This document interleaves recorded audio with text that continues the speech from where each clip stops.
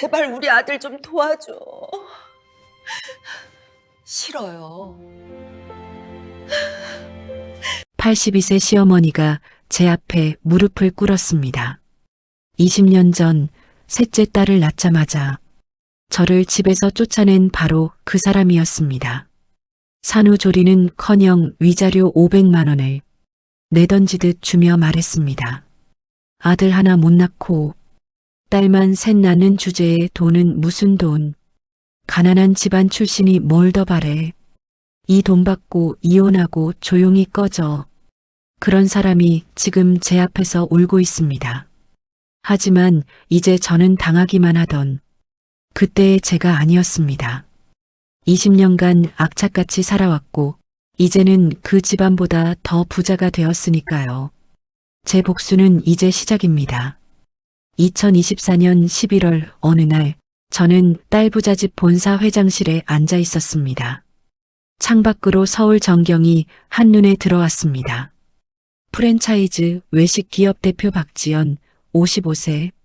저는 전국에 500개 넘는 매장을 운영하는 회장입니다. 비서 김 과장이 조심스럽게 문을 두드렸습니다.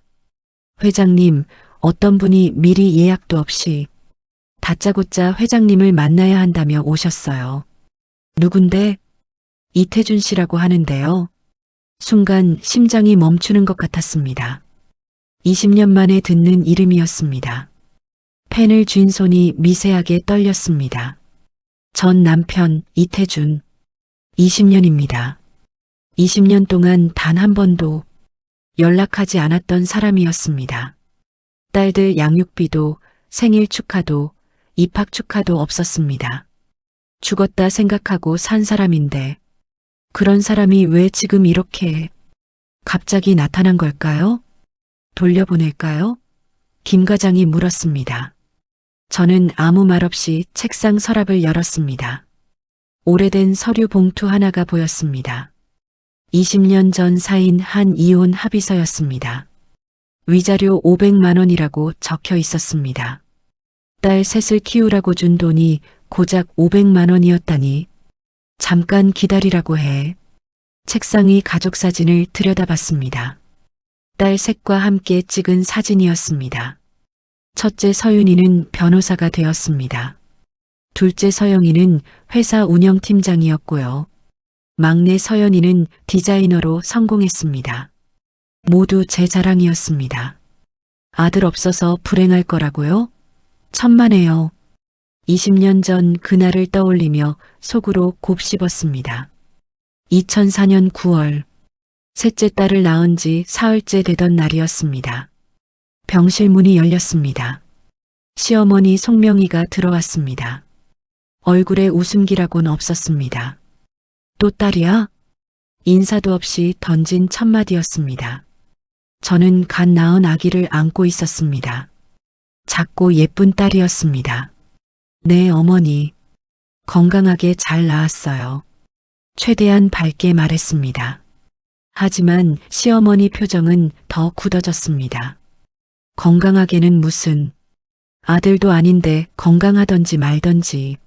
어머니, 그래도 예쁘잖아요. 뭐가 예뻐? 아들이어야 예쁘지. 남편 이태준이 뒤따라 들어왔습니다. 저는 남편에게 눈빛으로 호소했습니다. 어머님 좀 말려달라고, 산후조리 중인 나 좀 감싸달라고, 우리 딸 좀 예뻐해달라고. 여보, 아기 예쁘지? 남편은 아기를 잠깐 들여다봤습니다. 그리고는 고개를 확 돌렸습니다. 엄마 말씀이 틀린 건 아니잖아. 우리 집안대는 누가 이어 대체? 그 순간 세상이 무너지는 것 같았습니다. 남편마저 그런 말을 하다니. 예, 너 산후조리 할 필요 없어. 시어머니가 차갑게 말했습니다. 어머님, 그게 무슨 말씀이세요? 아들도 못 낳는 주제에 조리는 무슨 조리야. 돈 아깝다. 그래도 출산한 지 사흘밖에 안 됐는데요. 사흘이면 충분해. 옛날 사람들은 다음 날 바로 일하러 나갔어. 손이 떨렸습니다. 아기를 안은 팔에 힘이 빠졌습니다. 남편에게 다시 눈빛을 보냈습니다.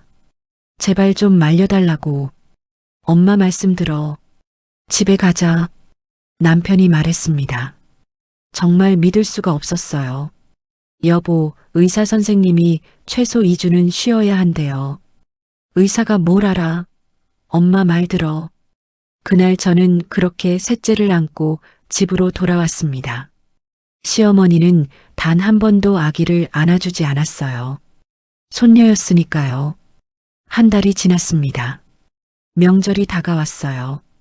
시댁에서 차례를 지내서 친척들이 모였습니다. 제 또 딸 낳았다며? 시숙모가 물었습니다. 그러게 말이야. 셋이나 낳았는데 아들이 하나도 없어. 시어머니가 대답했습니다. 요즘 세상에 아들, 딸이 뭐가 중요해요, 어머님. 제가 끼어들었습니다. 하지만 시어머니는 코웃음을 쳤습니다. 요즘 세상? 우리 같은 집안은 달라. 대를 이어야 한다고. 딸도 대를 이을 수 있는데요. 시집 가면 남의 집 사람이야. 무슨 대를 이어? 딸만 낳은 주제에 말 대꾸하지 마. 친척들 앞에서 망신을 당했습니다. 얼굴이 화끈거렸습니다. 남편은 옆에서 술만 마셨습니다. 그날 밤 남편이 말했습니다. 지연아, 우리 이혼하자. 뭐라고? 귀를 의심했습니다. 엄마가 계속 그러셔. 아들 못 낳는 며느리 필요 없다고. 솔직히 나도 지쳐. 그리고 이렇게 진짜 아들 못 낳으면 그럼 정말 우리 집 대는 누가 이어? 뭐라고? 그게 지금 할 말이야? 나나 우리 애들보다 대 있는 게 더 중요해? 그리고 아들 낳는 게 내 맘대로 되는 거냐고. 그래도 셋이나 낳았는데 한 명쯤은 아들일 수도 있었잖아. 지금 내가 잘못했다는 거야? 잘못까지는 아니지만 어쩔 수 없잖아. 더 이상 엄마 뜻을 거스를 수는 없어. 저는 왜 몰랐을까요? 이 남자는 평생 마마보이로 살 거라는 걸.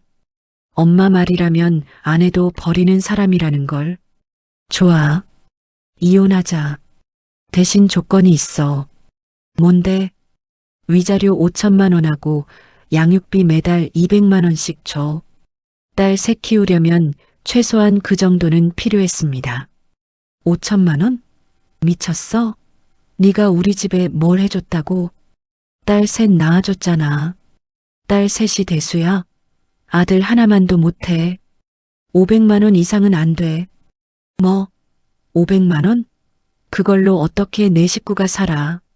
500만 원도 많아. 엄마는 한 푼도 주지 말라셨어. 500만 원이었습니다. 딸 셋 키우라고 준 돈이 고작 500만 원. 본인 형편 어렵다며 양육비도 줄 수 없다고 했습니다. 명품 옷에 외제차 타고 다니면서 형편이 어렵다니. 남편과 시어머니는 그렇게 바로 이혼 합의서를 내밀었습니다. 손이 떨리고 심장이 터질 것만 같았습니다. 하지만 바로 서명했어요. 이 집에 하루라도 더 있으면 제가 미칠 것 같았거든요. 언제 나갈 거니? 시어머니가 물었습니다. 일주일만 주세요. 집 구해야 해요. 일주일? 너무 길어. 3일 안에 나가. 가난한 집안 출신인 주제에 뭘 더 바래. 아들 하나 못 낳는데 이만큼 먹이고 입히고 해줬으면 감사해야지. 시어머니가 마지막으로 던진 말이었습니다. 눈물이 터져 나올 것 같았지만 참았습니다. 셋째를 안고 현관문을 나섰습니다. 그때 첫째 서윤이가 제 치마를 붙잡았어요. 엄마, 우리 어디 가요? 우리 집 가는 거야. 여기가 우리 집 아니에요? 아니야. 이제 여기 우리 집 아니야. 그렇게 저는 결국 집에서 쫓겨났습니다. 20년이 지난 지금 회장실 의자에 앉아있는 제 모습이 창문에 비쳤습니다. 고생을 많이 해서 그런지 또래보다 주름진 얼굴이었습니다. 하지만 눈빛만큼은 20년 전 그때보다 훨씬 단단했습니다. 회장님, 이태준 씨 들어오셨습니다. 김 과장이 말했습니다. 문이 열렸습니다. 남자 한 명이 들어왔습니다. 20년 만에 보는 전 남편 이태준이었습니다. 얼마나 늙었는지 못 알아볼 뻔했어요. 지연아, 오랜만이야. 오랜만이네요, 이태준 씨. 냉랭하게 대답했습니다. 그리고 존댓말을 썼습니다. 이제 남이니까요. 그렇게 남처럼 대하지 마. 우리 같이 산 세월이 있는데. 전 남편이 소파에 앉으려 했습니다. 앉으라고 한 적 없어요. 용건만 말씀하세요. 바쁘거든요. 20년 만에 나타난 이 남자가 무슨 말을 할지 사실 전 이미 짐작이 갔습니다. 도움이 필요해서 왔겠죠. 정확히는 돈이 필요해서 나 좀 도와줘. 회사가 부도 직전이야. 역시나 였습니다. 그게 저랑 무슨 상관이죠? 우리 한때 부부였잖아. 그래요, 한때요. 하지만 20년 전에 끝났어요. 그래도 딸들 아빠인데. 딸들 아빠라는 말에 웃음이 새어나왔습니다. 20년 동안 양육비 한 푼 안 줬으면서 이제 와서 무슨 아빠예요? 애들 생일, 학교 입학식, 졸업식 20년 동안 연락 한 번 안 했으면서 무슨 놈의 아빠? 전 남편이 입을 다물었습니다. 할 말이 없었던 거겠죠. 지연아, 그러지 말고. 제발 나 한 번만 도와줘. 나 정말 죽을 것 같아. 이대로 가면 집도 날아가고 전 재산 다 날아가. 집이 날아간다고 했습니다. 그 큰 집이요. 1000평 대저택이요. 20년 전 저를 쫓아낸 바로 그 집이요. 정말이지 인과응보란 게 있긴 있나 봅니다. 얼마나 필요한 건데요? 50억? 나중에 꼭 갚을게. 50억? 20년 전 저한테 준 위자료가 500만 원이었는데 지금 나한테 그보다 1000배가 넘는 돈을 빌려달라네요. 그 뻔뻔함에 기가 찼습니다. 그건 안 될 것 같네요. 지연아, 제발. 나 정말 죽을 것 같다니까. 20년 전 나도 죽을 것 같았어요. 어린아이 셋 안고 쫓겨날 때요. 그건 엄마가. 어머님 탓만 하시네요. 본인 책임은 하나도 없다. 이건가요? 전 남편이 조용히 바닥을 쳐다봤습니다. 아무 말도 할 수 없었겠죠. 돌아가세요. 도와드릴 수 없어요. 지연아, 나가세요. 경비 부를까요?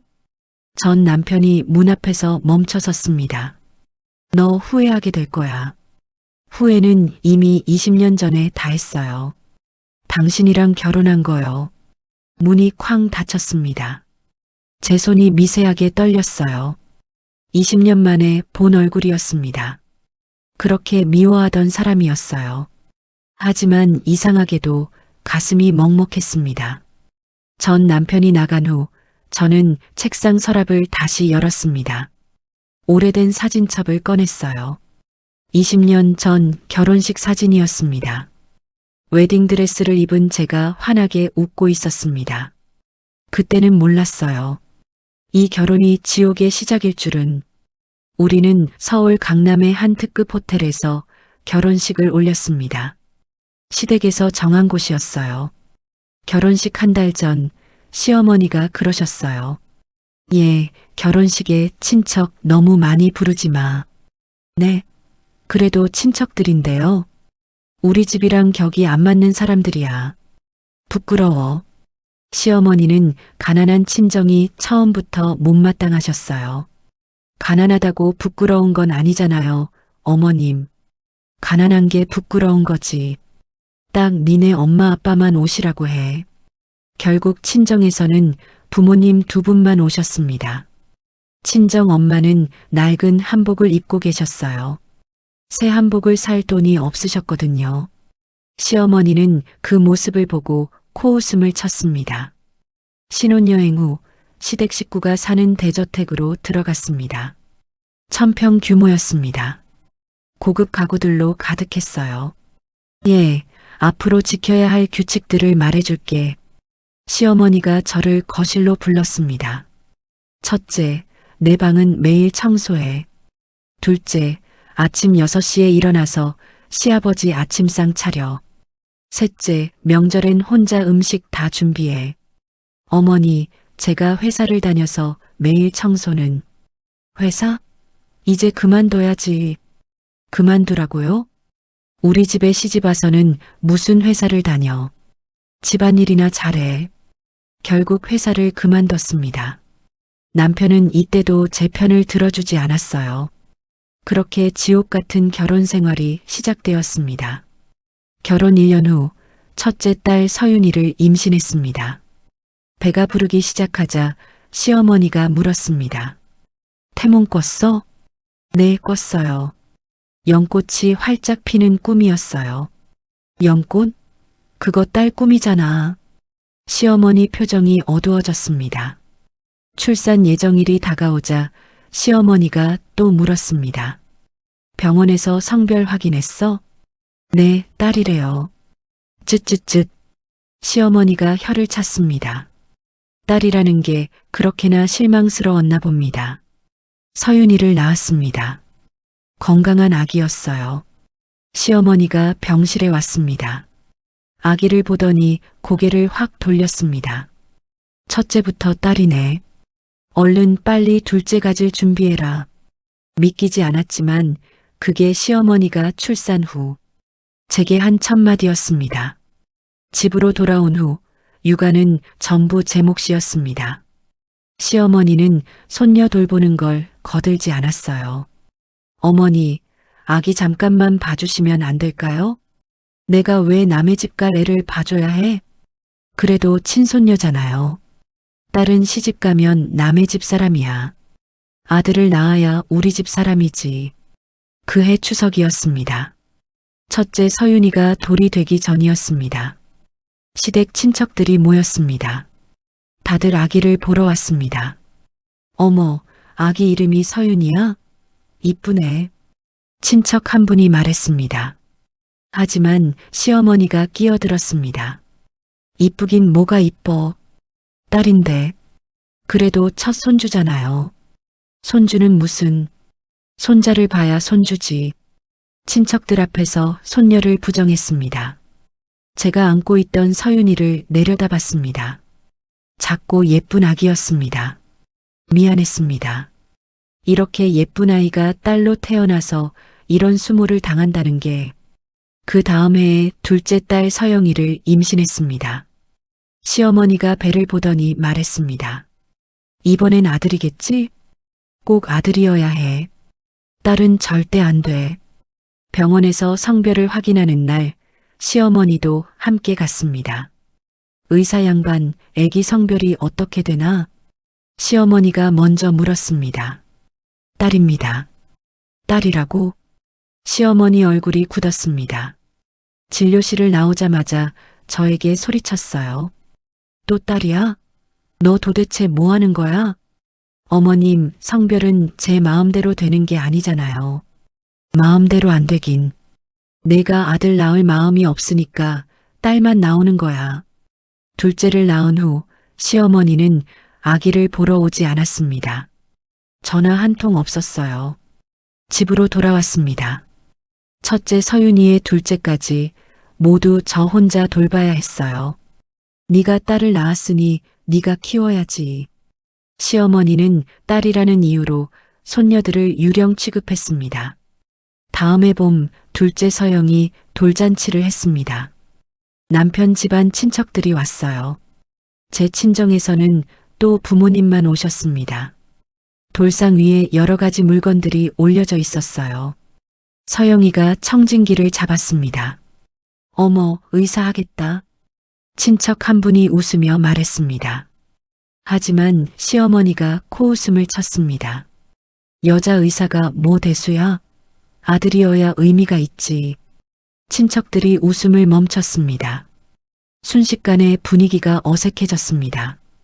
돌잔치가 끝나고 친정 부모님이 돌아가실 때였습니다. 친정 엄마가 조용히 말씀하셨어요. 지연아, 힘들지? 아니에요, 엄마. 괜찮아요. 미안하다. 엄마가 가난해서 네가 이런 고생을 하는구나. 엄마 눈에 눈물이 맺혔습니다. 저도 울컥했습니다. 하지만 참았습니다. 시어머니가 다가왔습니다. 사돈, 벌써 가시게요? 네, 시골까지 가려면 멀어서요. 그러세요. 조심히 가세요. 겉으로는 예의 바른 척 했지만 부모님이 떠나자마자 태도가 바뀌었습니다. 없는 집안 출신은 뭘 해도 티가 나. 옷차림 좀 봐. 창피해서 혼났네. 그날 밤 저는 방에서 혼자 숨죽여 울었습니다. 몇 년 뒤 셋째를 임신했습니다. 이번에도 딸이면 너 각오해. 시어머니가 말했습니다. 출산 예정일이 다가왔습니다. 병원에서 성별을 확인했는데 또 딸이었습니다. 어머니, 죄송해요. 이번에도 딸이래요. 시어머니는 한동안 말이 없었습니다. 그렇게 출산 날까지 저를 투명인간 취급하셨어요. 셋째 딸 서연이를 낳았습니다. 시어머니는 대놓고 저와 아이들을 매일 구박했습니다. 아이 셋을 혼자 보려니 몸이 너무 힘들었습니다. 그런데 남편도 시어머니도 누구 하나 도와주는 사람이 없었습니다. 어느 날 남편에게 부탁했어요. 여보, 나 좀 도와줘. 더는 혼자서 못하겠어.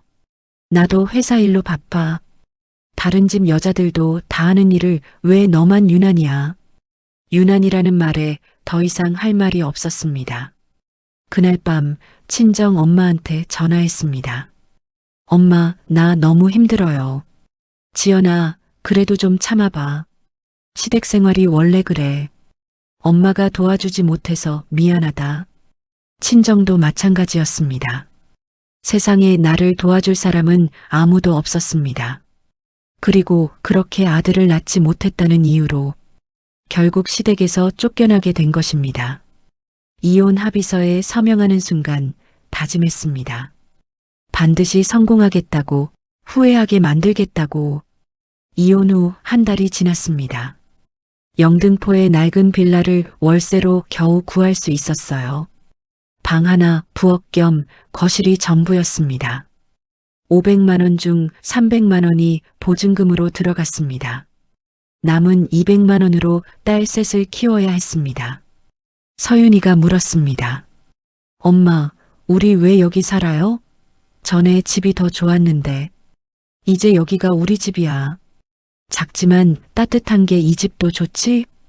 거짓말이었습니다. 겨울바람이 창문 틈으로 들어왔습니다.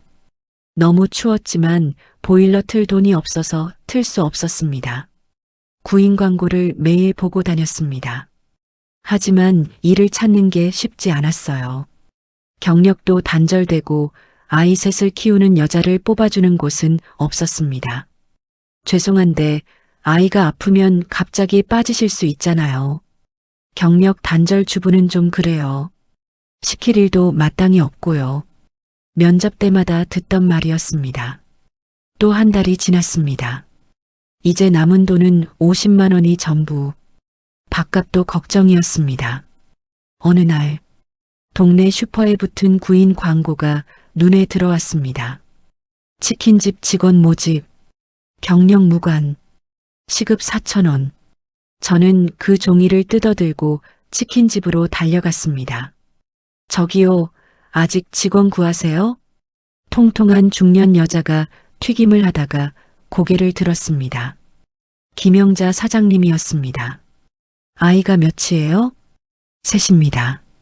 셋? 아버지는요? 이혼했어요. 사장님이 저를 위아래로 훑어봤습니다.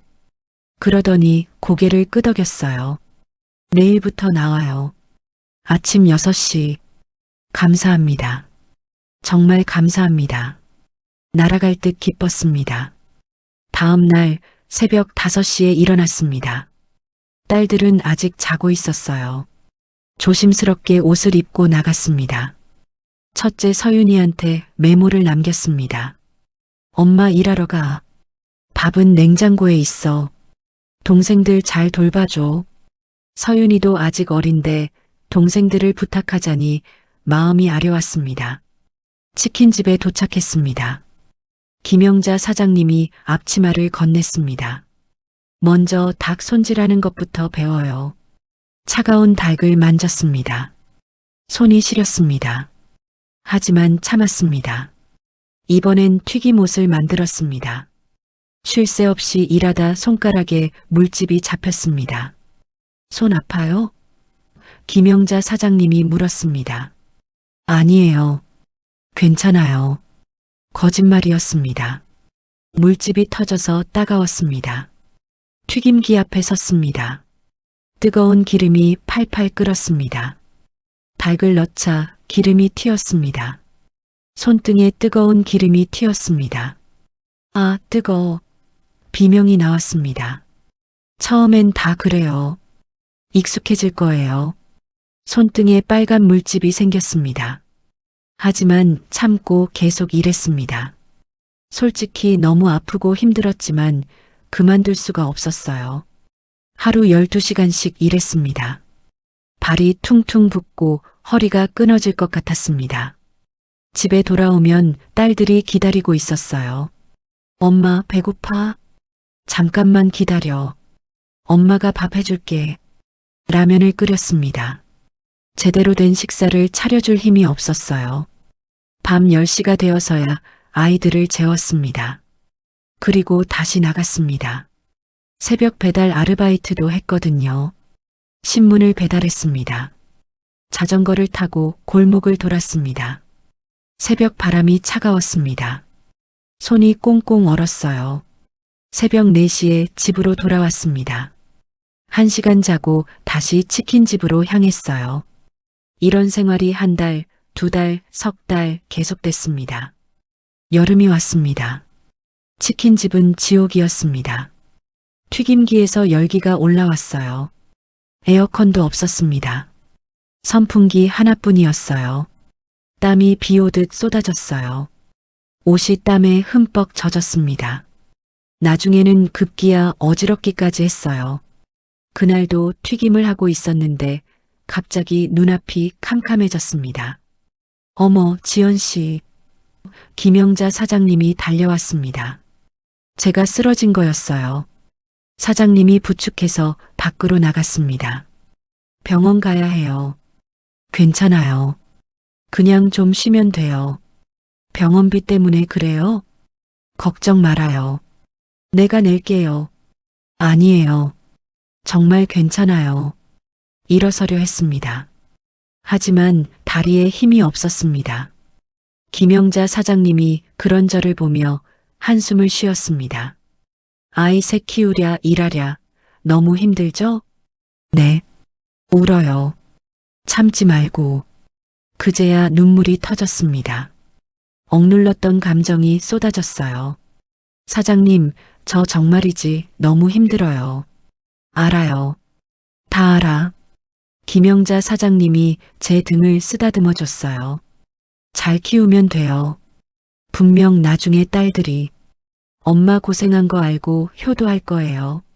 그 말에 위로를 받았습니다. 1년이 지났습니다. 첫째 서윤이가 초등학교에 입학하는 날이었어요. 입학식 날 일을 빠질 수는 없었습니다. 엄마, 입학식에 안 와요? 미안해. 엄마 일해야 해. 다른 애들은 엄마 아빠 다 오는데. 미안해, 서윤아.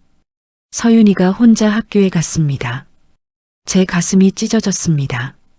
그렇게 며칠이 지났는데 어느 날 저녁 서윤이가 울고 있었습니다. 왜 울어? 친구들이 물어봤어요.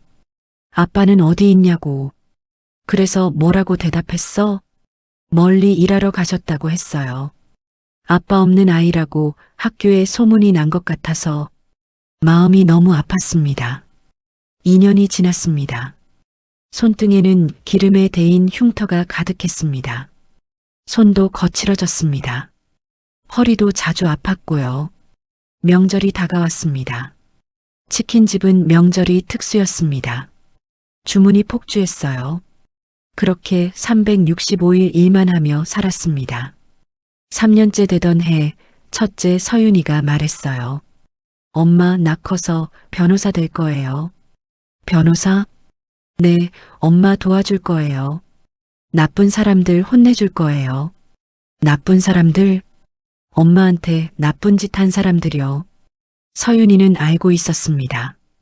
아빠가 엄마를 버렸다는 걸, 할머니가 엄마를 괴롭혔다는 걸. 고마워, 서윤아. 엄마, 나 열심히 공부할게요. 그래. 우리 딸이 최고야. 그날 밤 김영자 사장님이 말했습니다. 지연 씨, 이제 슬슬 독립할 생각 해봐요. 독립이요? 치킨집 차려요. 기술은 이미 다 배웠잖아요. 돈이 없어요. 대출 받아요. 내가 보증 서줄게. 정말이세요? 그럼요. 이만큼 고생했으면 이제 독립해도 돼요. 처음으로 희망이 보였습니다. 사장님 감사합니다. 고마워할 것 없어요. 다 지연 씨가 열심히 한 덕이에요. 그날부터 목표가 생겼습니다. 내 치킨집을 차리는 것, 딸들을 떳떳하게 키우는 것, 그리고 언젠가 옛 시댁을 후회하게 만드는 것. 2014년 봄 드디어 제 치킨집 오픈일이었습니다. 가게 이름은 딸부자 치킨이었습니다. 딸 셋이 제 자랑이라는 뜻을 담았어요. 오늘이 오기까지 10년이 걸렸습니다. 김영자 사장님 밑에서 8년 일하고 대출받아 준비하는 데까지 또 2년. 손등의 화상 흉터는 그 사이 더 많아졌습니다. 하지만 괜찮았어요. 이제 제 가게가 생겼으니까요. 엄마 간판 이쁘다. 막내 서연이가 소리쳤습니다. 그치? 엄마가 열심히 골랐어. 내가 커서 더 예쁜 간판 만들어줄게. 첫째 서윤이가 청소를 하고 있었습니다. 엄마, 테이블은 여기에 놓을까요? 응, 거기가 좋겠다. 둘째 서영이는 메뉴판을 정리했습니다. 엄마, 메뉴판에 가격 이렇게 써도 돼요? 그래. 보기 좋네. 딸 셋이 도와주니 힘이 났습니다. 오픈 당일 손님들이 하나 둘 줄 지어 들어왔습니다. 서윤이가 주문을 받고 계산을 했어요. 손놀림이 빨랐습니다. 서영이는 배달 포장을 했습니다. 치킨을 박스에 담고 테이프를 붙였어요. 엄마, 포장 다 됐어요. 고마워. 배달 나가자. 서연이는 손님들한테 물티슈와 음료를 나눠줬습니다. 맛있게 드세요. 애교 섞인 목소리였습니다. 손님들이 웃었습니다. 아이고, 딸이 3명이나 되네. 네. 제 자랑이에요. 이쁜 딸들이네. 복 받았어.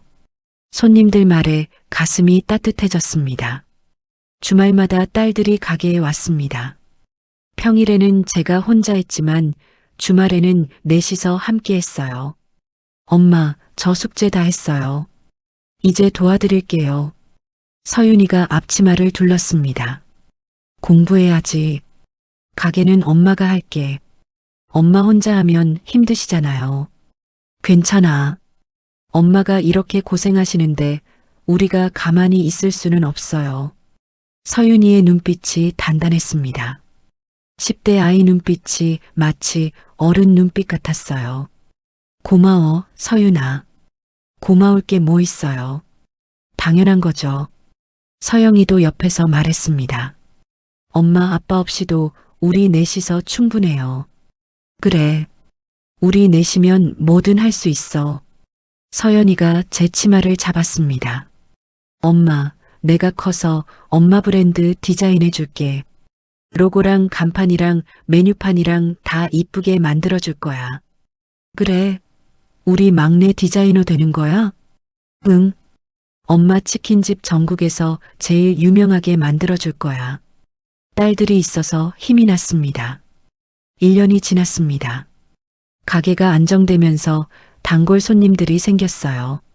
사장님, 오늘도 너무 맛있어요. 감사합니다. 또 오세요. 어느 날 정장 입은 남자가 들어왔습니다. 사장님이시죠? 네. 무슨 일이세요? 치킨 프랜차이즈 본부에서 나왔습니다. 명함을 건넸습니다. 프랜차이즈 사업부 이사라고 적혀 있었습니다. 프랜차이즈요? 네. 사장님 치킨 맛이 아주 훌륭하더라고요. 프랜차이즈로 확장하실 생각 없으세요? 프랜차이즈로 확장이요? 제가요? 네. 레시피도 독특하고 맛도 아주 좋아서 대박 날 것 같습니다. 심장이 뛰었습니다. 프랜차이즈라니. 생각해보고 연락드려도 될까요? 그럼요. 제 연락처 드릴게요. 그날 밤 딸들에게 말했습니다.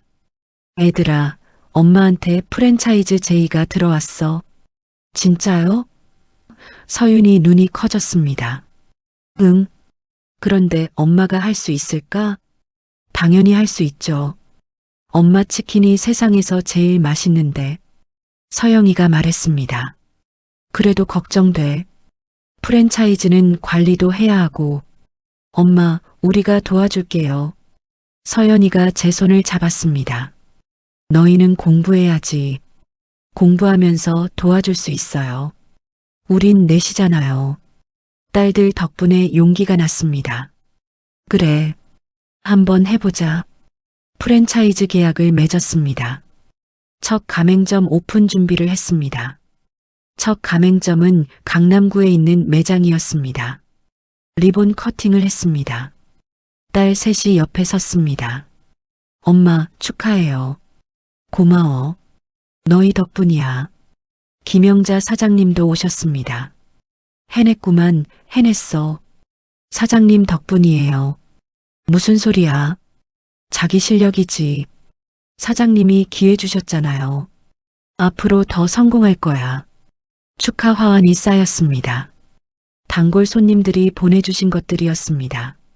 매장 안에서 딸들이 손님을 맞았습니다. 어서 오세요. 저는 주방에 들어가서 치킨을 튀겼습니다. 저녁 무렵 손님들이 가득 찼습니다. 자리가 없을 정도였어요. 대박이다. 서영이가 속삭였습니다. 정말 대박이네. 서윤이도 놀란 표정이었습니다. 오픈식이 끝나고 집으로 돌아왔습니다. 딸들과 함께 거실에 앉았어요. 애들아, 오늘 고마웠어. 너희가 없었으면 엄마 여기까지 못 왔을 거야. 서영이가 제 어깨에 기댔습니다. 엄마, 우리 이제 그럼 곧 부자 되겠네요? 글쎄, 그래도 부자는 아직 멀었지. 그래도 예전보다 나아졌잖아요. 맞아, 많이 나아졌지. 그때 막내 서연이가 물었습니다. 엄마, 아빠는 지금 뭐해요? 갑작스러운 질문이었습니다. 왜 갑자기 아빠 얘기를 해? 그냥 궁금해서요. 우리가 잘 사는 거 알까? 그게 뭐가 중요해. 알 필요도 없고 나는 알았으면 좋겠어요. 우리가 아빠 없이도 이렇게 잘 산다는 거. 서연이 목소리에 힘이 실렸습니다. 그래. 언젠가는 알게 되겠지. 그날 밤 혼자 생각했습니다. 전 남편은 지금 뭘 하고 있을까? 재혼해서 소원대로 아들 낳고 잘 살고 있을까? 갑자기 궁금했습니다. 2016년 가맹점이 3개로 늘었습니다. 2017년에는 5개가 됐어요. 그리고 2018년에는 10개가 넘었습니다. 서윤이가 대학에 합격했습니다. 법대였습니다. 엄마, 저 장학금 받았어요. 진짜? 우리 딸 최고다. 서영이도 고등학생이 됐습니다. 경영학에 관심이 많았습니다. 엄마, 나 나중에 경영학과 갈 거예요. 그래서 엄마 회사 운영 도와줄 거예요. 회사는 무슨, 아직 작은 가게야. 지금은 작아도 나중엔 커질 거잖아요. 서연이는 미술에 재능이 있었습니다. 그림을 아주 잘 그렸습니다. 엄마, 이거 봐요. 새 로고 디자인했어요. 예쁜 로고였습니다. 엄마 닭과 병아리 셋이 그려져 있었습니다. 우리 가족이에요. 엄마 닭이랑 우리 셋. 가슴이 뭉클했습니다. 고마워, 서연아. 나중에 진짜로 이거 쓸 거예요? 그럼 우리 막내가 만든 건데 당연히 써야지. 넷이서 손을 잡았습니다. 정말 든든했습니다. 전 남편이 나간 후 저는 다시 비서 김 과장을 불렀습니다. 김 과장, 태중건설 알아봐줘. 어떤 상황인지. 네, 회장님. 1시간 후 김 과장이 서류를 들고 들어왔어요. 회장님, 자료 정리했습니다. 서류를 펼쳤습니다. 첫 페이지에 큰 글씨로 적혀 있었어요. 부도 위기, 횡령 사건, 도박 빚. 횡령? 네. 이태준 씨 아들이 회사 돈을 빼돌렸다고 합니다. 아들, 재혼해서 결국 그렇게 원하던 아들을 낳았나 봅니다. 시어머니가 그토록 원하던 그 아들이요. 이름이 이준석입니다. 태중건설 이사로 있었는데요. 김 과장이 다음 장을 넘겼어요. 2년 전부터 회사 돈을 빼돌렸습니다. 총 20억 원입니다. 20억이나? 네, 그런데 그게 끝이 아닙니다. 도박을 했습니다. 강남 불법 도박장에서요. 서류에 사진이 첨부돼 있었어요. 젊은 남자가 도박장에 앉아 있는 모습이었습니다. 얼굴이 전 남편을 닮았더군요. 도박 빚이 10억입니다. 사채까지 썼고요. 그럼 총 30억? 맞습니다. 게다가 회사 운영 자금까지 바닥이 났습니다. 이달 말까지 자금 조달을 못하면 부도입니다. 서류를 덮었어요. 인과응보라는 말이 떠올랐습니다. 김 과장이 나갔습니다. 저는 의자에 기대어 천장을 봤어요. 20년 전이 떠올랐습니다. 시어머니가 그토록 원하던 손자를 얻었는데 그 손자가 원수가 된 상황이라니 참 아이러니했습니다. 다음 날 아침 딸들에게서 전화가 왔어요. 엄마, 할 얘기가 있어요. 첫째 서윤이었습니다. 무슨 일이야? 아빠 얘기요. 점심시간에 딸 셋이 회장실로 왔습니다. 엄마, 아빠 왔다 갔죠? 서윤이가 물었습니다. 어떻게 알았어? 로비 CCTV에서 봤어요. 20년 만에 나타나셨네요. 그래. 돈 빌려달라고 왔어. 빌려주실 거예요? 서영이가 긴장한 표정으로 물었어요. 아니, 안 빌려줄 거야. 다행이다. 서연이가 안도의 한숨을 쉬었습니다. 근데 애들아, 아빠 회사 꽤나 심각한 상황인 것 같아. 아빠가 재혼해서 아들을 낳았나 봐. 근데 그 애가 회사 돈 20억을 횡령했대. 뭐요? 서영이 눈이 커졌어요. 게다가 도박까지 했어. 도박 빚만 10억이래. 그렇게 아들 하시더니 손주라는 놈이. 서연이가 믿을 수 없다는 듯 말했어요. 그래서 그 손자 때문에 회사가 부도 직전이야, 지금. 서윤이가 서류를 집어들었습니다. 찬찬히 읽더니 코웃음을 쳤어요. 인과응보네요. 그러게. 엄마, 우리 고소할래요? 고소? 갑자기 무슨 고소? 누구를? 아빠요. 아빠가 20년간 양육비 안 줬잖아요. 20년이나 지났는데 지금 고소가 가능해? 네, 미지급 양육비 소송으로 과거 양육비를 청구할 수 있어요. 판례도 있고요. 제가 처리할게요. 서윤이 눈빛이 날카로웠습니다. 엄마를 닮아서 강렬했어요. 그럼 얼마나 받아낼 수 있어? 딸 셋, 20년 월 200만 원 기준으로 계산하면요. 서윤이가 계산기를 두드렸어요. 14억 4천만 원이요. 여기에 지연 이자까지 붙으면 20억 가까이 돼요. 20억? 네. 횡령한 금액이랑 똑같네요. 세 딸이 서로를 쳐다봤어요. 그러더니 동시에 웃었습니다. 엄마, 소송 걸어요. 서영이가 말했어요. 정말? 네, 아빠가 우리 버렸잖아요. 하지만 애들아, 그래도 아빠인데. 서연이가 제 손을 잡았습니다. 엄마, 아빠는 20년 전에 우리 모두를 버렸어요. 우리한테 아빠라는 사람은 없어요. 그래도 엄마가 지난 20년 동안 고생한 거 생각하면 그냥 넘길 수가 없어요. 그냥 넘겨서도 안 되고요. 서윤이가 단호하게 말했어요. 엄마, 우리한테 맡기세요. 제가 변호사로서 처리할게요. 서윤아. 엄마, 이건 정당한 권리예요. 법적으로 당연히 받아야 하는 돈이고요. 딸들 표정이 진지했습니다. 저는 고개를 끄덕였어요. 알았어. 그럼 너희가 하고 싶은 대로 해. 일주일 후 전 남편한테서 다시 전화가 왔어요. 지연아, 나야. 다시 한 번만 생각해줘, 제발. 이태준 씨, 내 대답은 똑같아요. 제발. 나 정말 죽을 것 같아. 그건 저랑 상관없는 일이에요. 우리 아들이, 그 착한 아이가 잠깐 실수를 했어. 실수요? 20억 횡령이 실수예요? 전화 너머로 침묵이 흘렀어요. 그것까지 알아? 당연히 알죠. 20년 만에 느닷없이 찾아와서는 돈 빌려달라는데 내가 그 정도 뒷조사도 못할까 봐요? 지연아, 준석이도 어쩔 수 없었어. 도박 빚을 갚으려고. 그게 변명이 돼요? 회사 돈을 훔쳐서 도박 빚을 갚는다고요? 그래도 내 아들이야. 감옥 보낼 수는 없어. 그 말에 웃음이 나왔어요. 아들은 아들이고 딸은 딸이 아니네요. 그게 무슨 말이야?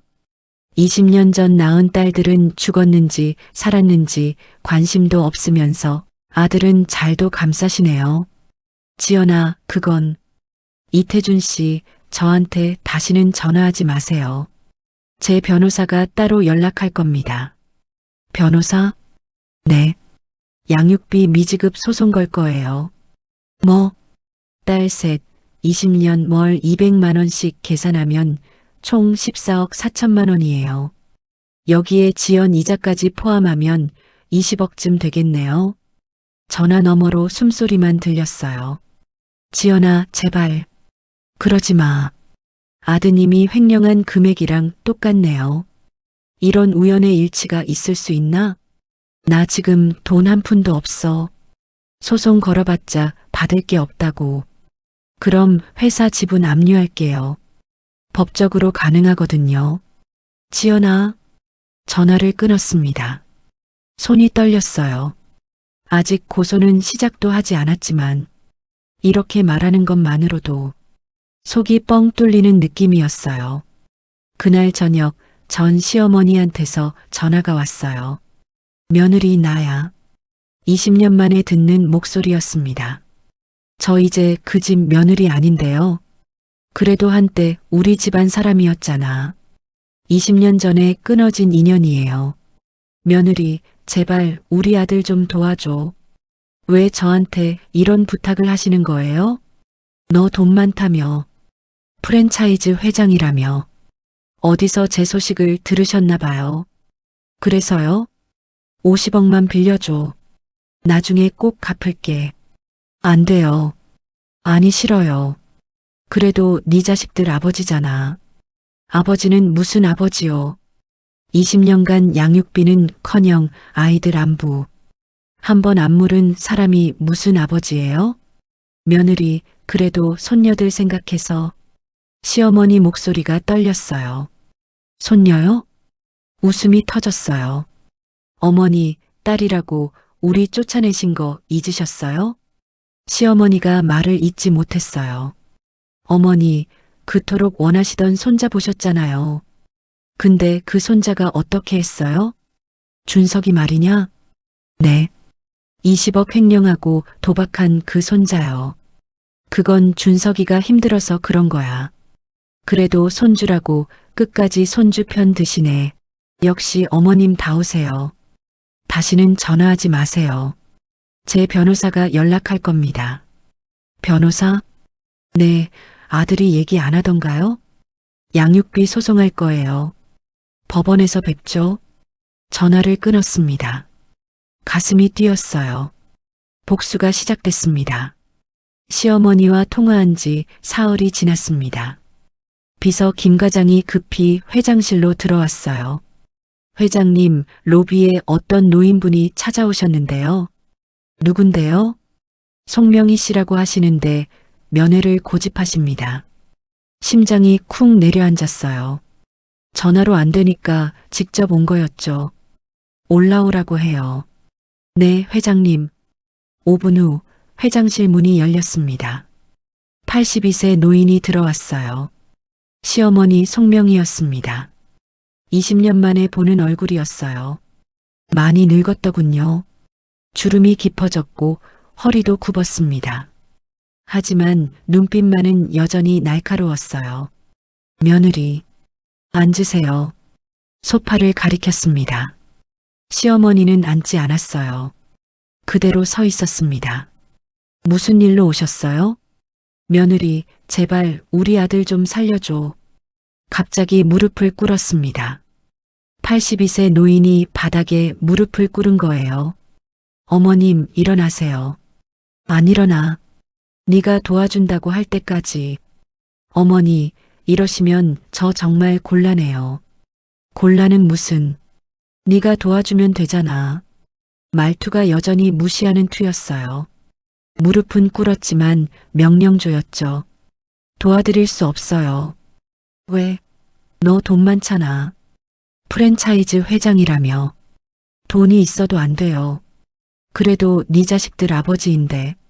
아버지 역할은 20년 전에 포기하지 않았나요? 시어머니가 일어났습니다. 바닥에서 일어나는데 무릎이 후들거렸어요. 소파에 손을 짚고 간신히 일어섰죠. 내가 치킨집 성공한 거, 그거 우리가 준 위자료 덕분 아니야? 귀를 의심했어요. 뭐라고요? 500만 원. 그 돈으로 치킨집 시작했잖아. 어머니, 지금 장난하세요? 사실이잖아. 500만 원으로 치킨집을 어떻게 차려요? 그래도 그 돈이 미천이었잖아. 정말이지 어이가 없었어요. 어머니, 치킨집은 10년 동안 남 밑에서 일해서 모은 돈으로 차린 거예요.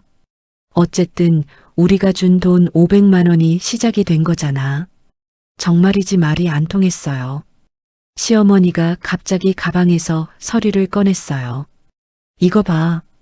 위자료 합의서야. 500만 원 받았다고 서명했잖아. 그래서요? 그러니까 우리가 준 돈으로 성공한 거야. 은혜를 갚아야지. 헛웃음이 나왔어요. 결국 우리 덕에 네가 이렇게 성공한 거니. 이번에 50억만 빌려다오. 달라고 하는 거 아니야. 갚을게. 갚는다니까. 그때 회장실 문이 열렸습니다. 딸 셋이 들어왔어요. 엄마, 괜찮으세요? 서윤이었습니다. 뒤따라 서영이와 서연이도 들어왔죠. 시어머니가 딸들을 봤어요. 애들아, 할머니야. 많이 컸네. 할머니라고 부르지 마세요. 서윤이가 차갑게 말했습니다. 서윤아, 할머니가 그동안 얼마나 보고 싶었는데 20년 동안 한 번도 안 보러 오셨잖아요. 그건 할머니가 바빠서. 바빠서요? 우리 입학식, 졸업식 한 번도 안 오셨어요. 서영이가 끼어들었어요. 생일 축하 전화도 한 번 없으셨죠? 그건 할머니가 표현에 서툴어서 그랬지. 나는 늘 너희들을 사랑했어. 거짓말하지 마세요. 서윤이 목소리가 날카로웠어요. 할머니, 저 변호사예요. 법대 나왔어요. 어머, 변호사? 대단하네. 아빠 없이도 우리 이렇게 잘 컸어요. 그래, 잘했어.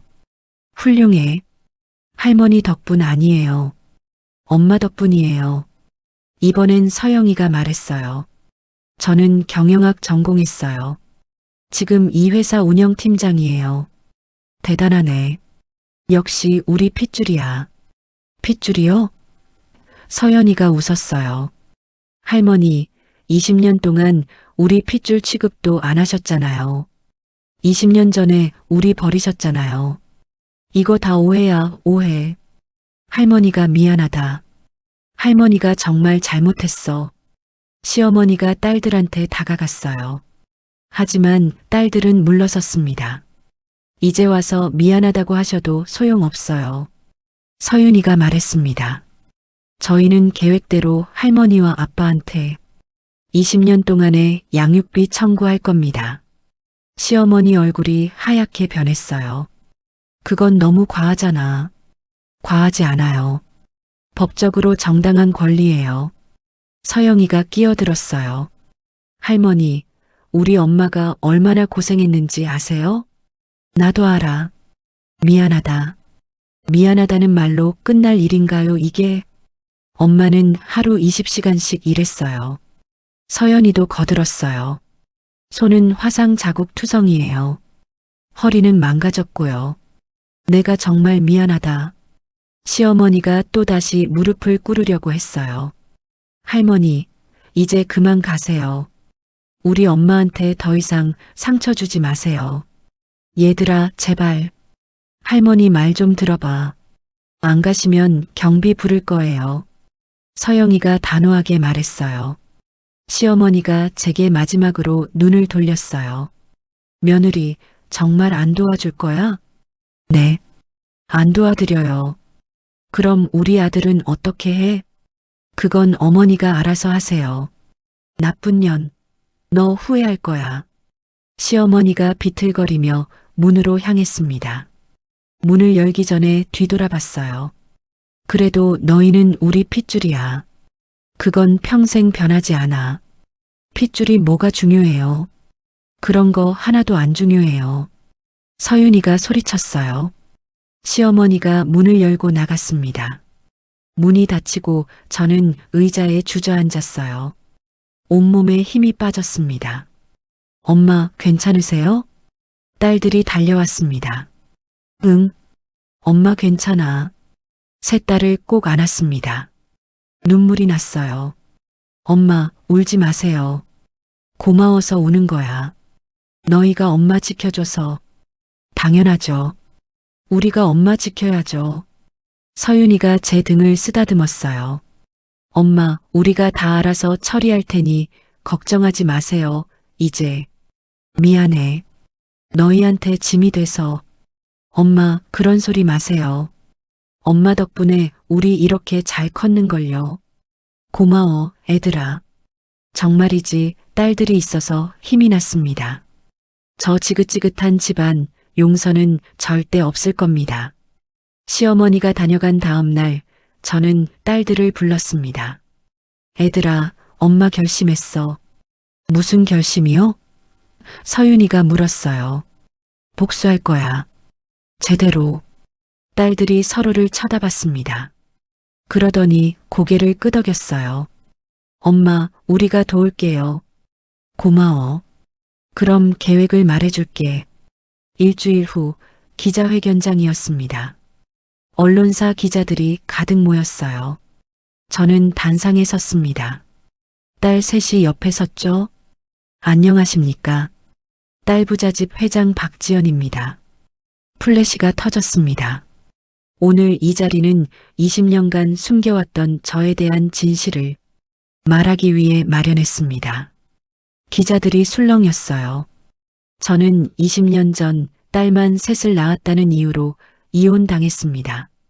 위자료는 고작 500만 원.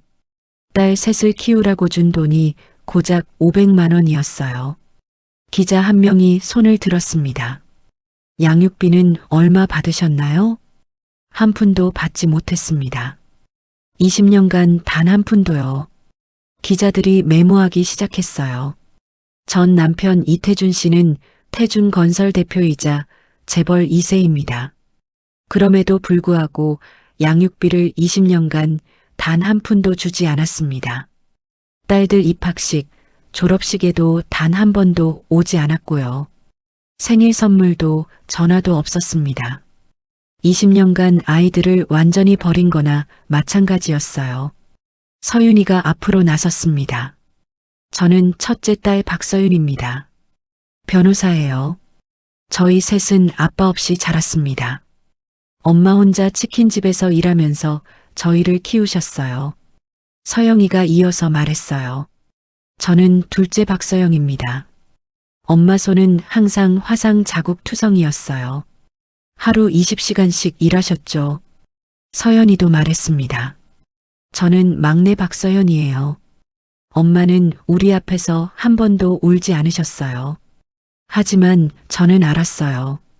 매일 밤 혼자 우신다는 거. 기자들 표정이 굳어졌어요. 회장님, 근데 왜 지금 이 사실을 공개하시나요? 한 기자가 물었습니다. 얼마 전 남편이 찾아왔습니다. 회사가 부도나기 직전이니 도와달라고요. 하지만 저는 거절했습니다. 20년 전 버린 가족을 이제 와서 돈 때문에 찾는 건 용서할 수 없었으니까요. 딸만 낳아서 버렸는데 버릴 땐 나 몰라라 하더니 본인 힘들다고 20년 만에 찾아오는 게 말이 된다고 생각하세요, 기자님? 이 자리를 빌어 말씀드립니다. 딸도 아들만큼 귀한 자식입니다. 딸이라는 이유로 자식을 버렸다면 그 대가를 치르는 건 당연하다고 생각합니다. 박수가 터져 나왔습니다. 기자회견이 끝났습니다. 다음 날 아침 모든 언론이 이 소식을 다뤘어요. 딸만 낳았다고 쫓겨난 여자, 20년 후 재벌 회장 되다. 위자료 500만 원으로 딸 셋 키운 슈퍼맘.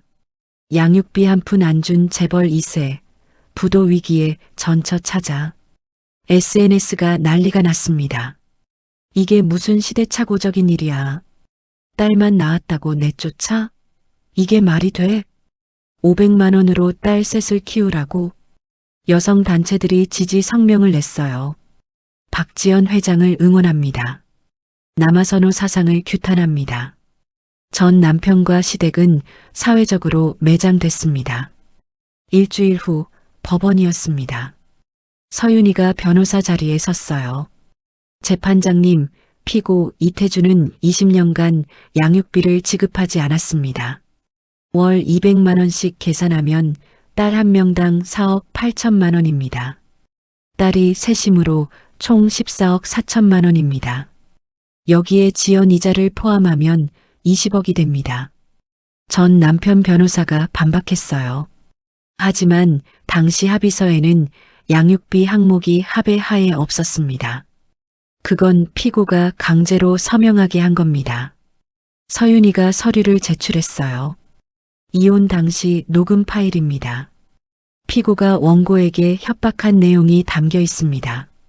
녹음이 재생됐어요. 20년 전 목소리가 울려 퍼졌습니다. 양육비 받고 싶으면 법원 가. 근데 소송 걸면 네가 이길 것 같아? 우리 집안에 변호사가 몇 명인데 그냥 500만 원 받고 조용히 꺼져. 재판장이 고개를 끄덕였어요. 양육비 지급 의무를 인정합니다. 피고는 원고에게 20억을 지급하세요.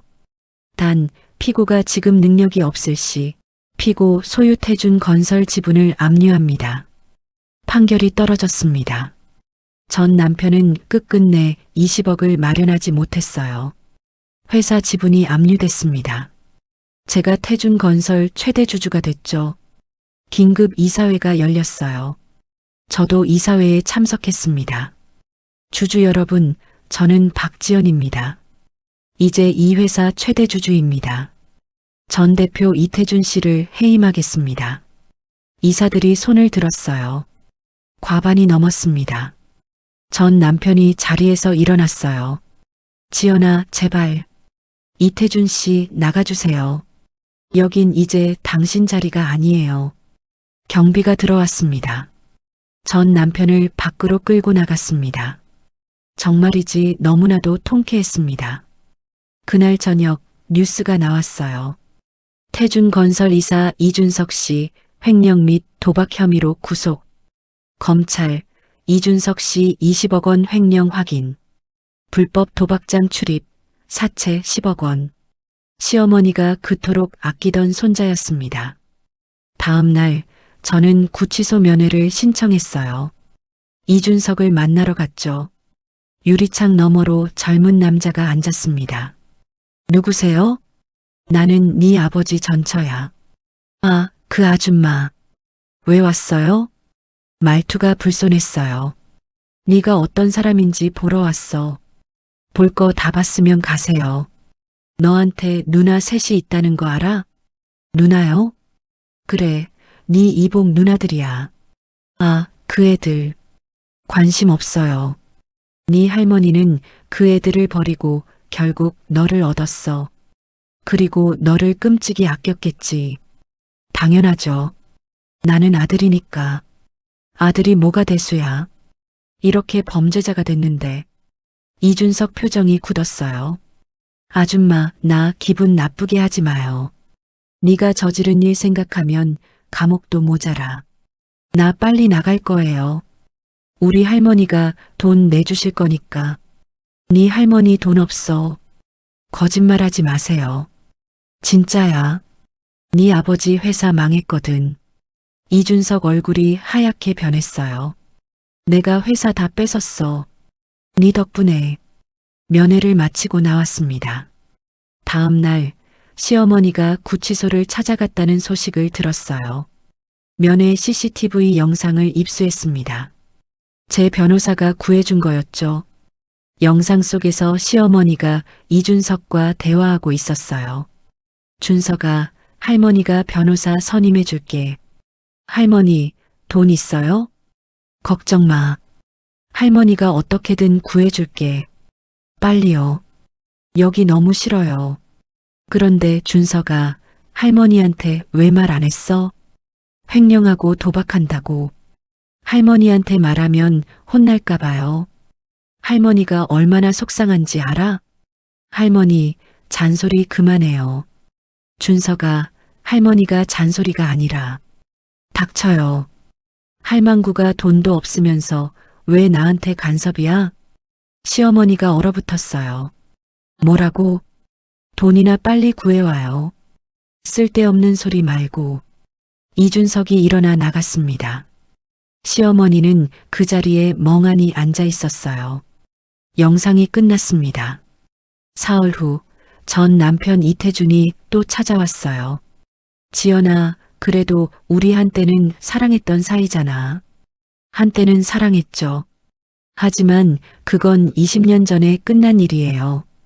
그래도 이태준 씨, 이제 남이에요. 나가세요. 그때 딸 셋이 들어왔습니다. 아빠, 서윤이가 냉정하게 말했어요. 우리 아빠 없이도 이렇게 잘 컸어요. 엄마 혼자 우리 이렇게 훌륭하게 키워냈다고요. 애들아. 이태준이 떨리는 목소리로 말했어요. 아빠라고 부르기도 싫어요. 이젠. 다시는 엄마 앞에 나타나지 마세요. 서연이가 단호하게 말했어요. 전 남편이 돌아섰습니다. 그렇게 모든 복수가 마침내 막을 내렸습니다. 1년이 흘렀습니다. 2025년 가을 회장실에서 서류를 펼쳤어요. 태준건설 지분양도 계약서였습니다. 딸 셋이 제 앞에 앉아 있었어요. 애들아, 엄마가 압류한 회사 지분 있잖아. 이거 너희들한테 줄 거야. 우리한테요? 서윤이가 놀란 표정으로 물었어요. 너희가 물려받아. 딸이라고 못 받을 이유 없어. 엄마.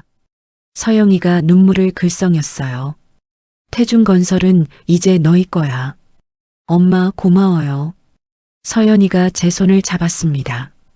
뭐가 고마워, 당연한 거지. 태준건설 회사 이름도 바꿨습니다. 딸부자 그룹으로요. 같은 날 오후 새로운 재단 현판식이 있었습니다. 한부모 여성 지원 재단.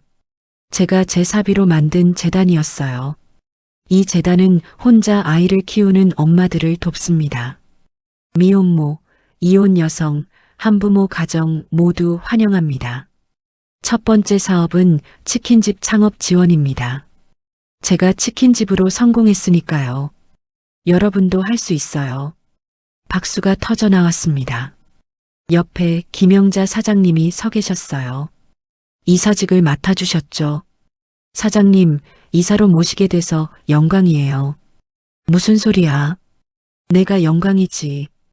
김영자 사장님이 제 손을 꼭 잡았어요. 재단 사무실로 들어갔습니다. 벽에 사진이 걸려 있었어요. 10년 전 첫 치킨집 간판 사진이었습니다. 이 간판은 어떻게 했어? 김영자 사장님이 물었어요. 창고에 보관하고 있어요. 버릴 수가 없더라고요. 이따가 본사 회장실에 걸 거예요. 딸들이랑 같이요. 그날 저녁 딸부자 그룹 본사에 저와 우리 딸 셋 그리고 김영자 사장님이 함께 있었습니다. 창고에서 가져온 낡은 간판이 바닥에 놓여 있었어요. 딸부자 치킨, 기름때가 묻고 페인트가 벗겨진 간판이었습니다. 엄마, 이거 버릴 수도 있었는데 왜 간직했어요? 서윤이가 물었어요. 이게 우리의 시작이었잖아. 간판을 쓰다듬었습니다. 이 간판이 없었으면 지금의 우리도 없어. 벽에 걸었습니다. 회장 책상 뒤편이었죠. 이제 매일 이 간판 보면서 일할 거야. 초심을 잃지 않으려고. 엄마 멋있어요. 서연이가 웃었습니다. 사진 찍을까? 김영자 사장님이 말씀하셨어요. 네. 다 같이 찍어요. 넷이서 간판 앞에 섰습니다. 김영자 사장님도 함께요. 하나, 둘, 셋. 사진을 찍었습니다. 내 딸들아, 장하다. 김영자 사장님이 우리를 안았어요. 사진을 찍고 난 후 저는 창가에 섰습니다. 딸들이 옆으로 왔습니다. 엄마, 무슨 생각해요? 20년 전 생각해. 20년 전요? 응, 시댁에서 쫓겨날 때 말이야. 딸들이 조용히 들었어요. 그때는 세상이 끝난 줄 알았어. 빌라 월세방에서 아기 셋이랑 있을 때 정말 막막했거든. 하지만 지금 생각하면 그때 그 집을 나온 게 잘한 일이었어. 서윤이가 제 손을 잡았습니다. 그 집에 있었으면 이렇게 행복하지 못했을 거예요. 그치? 딸들을 바라봤어요. 세 딸 모두 훌륭하게 자라주었어요. 내 딸들아, 사랑한다. 우리도 사랑해요, 엄마. 넷이서 포옹했습니다. 며칠 후 소식이 들려왔습니다. 전 남편 이태준이 작은 중소기업에 취직했다고요. 월급 300만 원짜리 일자리였죠. 시어머니 송명희는 요양원에 들어갔다고 했어요. 아들한테도 새 며느리한테도 버림받았다고 하더라고요. 이준석은 횡령죄로 징역 5년을 선고받았습니다. 교도소에서 복역 중이라고 했어요. 이제서야 다들 죗값을 제대로 치르네요. 다음 달 재단 첫 창업 지원 대상자가 결정됐습니다. 30대 싱글맘 3명이었어요. 모두 혼자 아이를 키우고 있었죠. 축하합니다. 재단에서 치킨집 창업비 전액을 지원하겠습니다. 한 여성이 눈물을 흘렸어요. 감사합니다. 정말 감사합니다. 그 모습을 보니 20년 전 제 모습이 떠올랐습니다. 힘내세요. 저도 여러분과 똑같았어요. 회장님도요? 그럼요. 저도 딸 셋 혼자 키웠어요. 그런데 어떻게 이렇게 성공하셨어요? 포기하지 않았어요. 딸들이 있었으니까요. 여성들이 고개를 끄덕였어요. 여러분도 할 수 있어요. 그날 밤 집으로 돌아왔습니다. 딸들이 거실에서 기다리고 있었어요. 엄마, 케이크 샀어요. 재단 설립 축하해요. 촛불이 켜진 케이크였습니다. 엄마, 소원 빌어요. 눈을 감았습니다. 우리 딸들이 평생 행복하기를. 촛불을 불었어요. 박수가 터져 나왔습니다. 케이크를 나눠 먹으며 이야기했어요. 애들아, 엄마가 평생 후회하는 게 하나 있어. 뭔데요? 너희 아빠 만난 거. 딸들이 웃었어요. 근데 그 후회가 없었으면 우리도 없었잖아요. 서영이가 말했습니다. 그것도 그렇네. 그러니까 후회하지 마세요. 우리는 엄마 딸로 태어나서 너무 행복해요. 서연이가 말했어요. 고마워. 엄마야말로 우리 엄마여서 고마워요. 서윤이가 말했습니다. 세 딸을 안았어요. 눈물이 났습니다. 정말이지 딸 셋이 있어서 행복했습니다. 아들이 없어서 불행할 거라고요? 천만에요. 딸 셋이 있어서 저는 세상에서 가장 행복한 엄마입니다. 안녕하세요. 미자의 사연극장 미자입니다. 오늘 이야기 어떠셨나요? 지연 씨의 복수가 통쾌하셨다면 댓글로 지연 씨 응원 좀 해주세요. 그리고 혹시 비슷한 일을 겪으셨거나 나누고 싶으신 말씀이 있으시면 댓글로 여러분들의 생각을 남겨주세요. 여러분들의 이야기도 궁금해요. 마지막으로 좋아요와 구독은 언제나 큰 힘이 됩니다. 또 다른 사연으로 돌아올게요. 끝까지 들어주셔서 감사합니다. 늘 건강 유의하세요.